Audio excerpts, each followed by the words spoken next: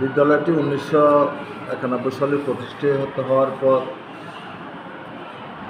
সুনামের সহিত তার অবদান রেখে আসছে। তো বিদ্যালয়ের ভবিষ্যৎকে আরও সুন্দর এবং উজ্জ্বল করার জন্য লেখাপড়ার মানকে আরও উন্নত করতে হবে, ফলাফলের বাড়াতে হবে এবং লক্ষ্মীপুর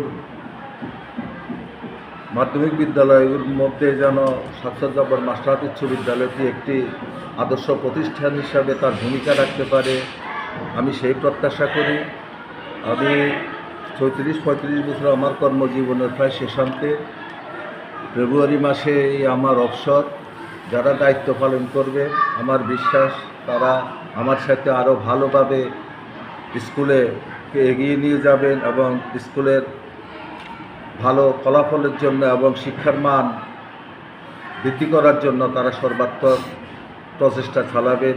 স্কুল সংশ্লিষ্ট যে সকল কর্তৃপক্ষ আছেন বা স্টেক হোল্ডার যারা আছেন সবার কাছে আমার অনুরোধ থাকবে স্কুলটি যেন আরও সফলতা বয়ে আনতে পারে, এই প্রত্যাশাই করছে সকলের কাছে। জেলা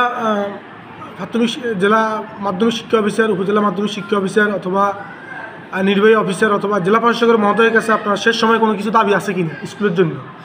আছে। আমার স্কুলের সীমানা প্রাচীর প্রায় অর্ধেক বাকি আছে, অর্ধেক যেন সীমানা প্রাচীরটা করে দেওয়া হয়। আর এটার জন্য আমরা অবশ্যই চেষ্টা করেছি। তারপরেও উপজেলা থেকে আমাদের প্রায় অর্ধেক সীমানা প্রাচীর দেওয়া হয়েছে।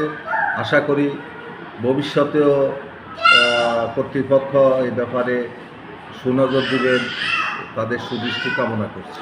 সাকসার জব্বর মাস্টারহাট উচ্চ বিদ্যালয়ে দীর্ঘদিন আপনি প্রতিষ্ঠানের দায়িত্বে ছিলেন, অভিভাবকদের উদ্দেশ্যে কিছু বলেন।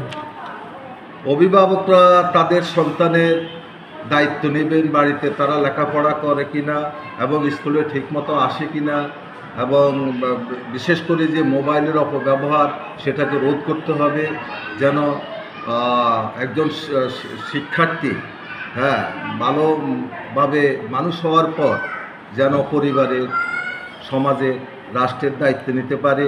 এটা শুধু অভিভাবক নয়, এই ব্যাপারে আমাদের সকলেরই দৃষ্টি দেওয়া উচিত এবং তাদের আচার আচরণ বা তাদের শিষ্টাচারের প্রতি আমাদের সবসময় খেয়াল রাখা উচিত বলে আমি মনে করি। গুরুত্বপূর্ণ মতামত দেওয়ার জন্য লাক্সমিরাজ টিভি এবং আমাদের বসুন্ধরা পত্রিকার পক্ষ থেকে আপনাকে অসংখ্য ধন্যবাদ। অসংখ্য ধন্যবাদ।